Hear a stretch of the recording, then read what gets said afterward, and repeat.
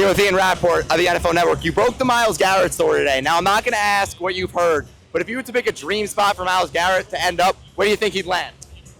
I would say Myles Garrett's probably looking for a perennial playoff contender. And look, almost never do players this good get traded. Almost never.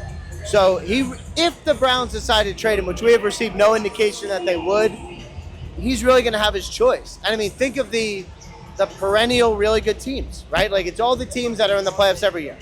And all those teams could use a reigning defensive player of the year in his prime. If they decide to trade him, he'll have his choice. You've broken a lot of stories over the last, over your entire career. Do you have a story, not that might be the biggest news, but one that you're most proud of?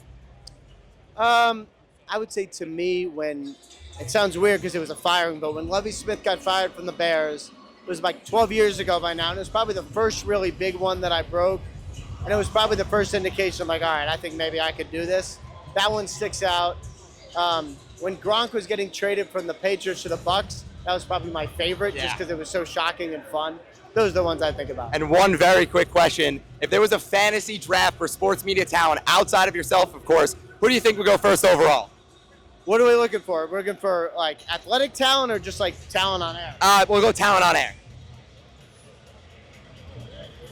I would go me. All right, good answer. Thank you very much.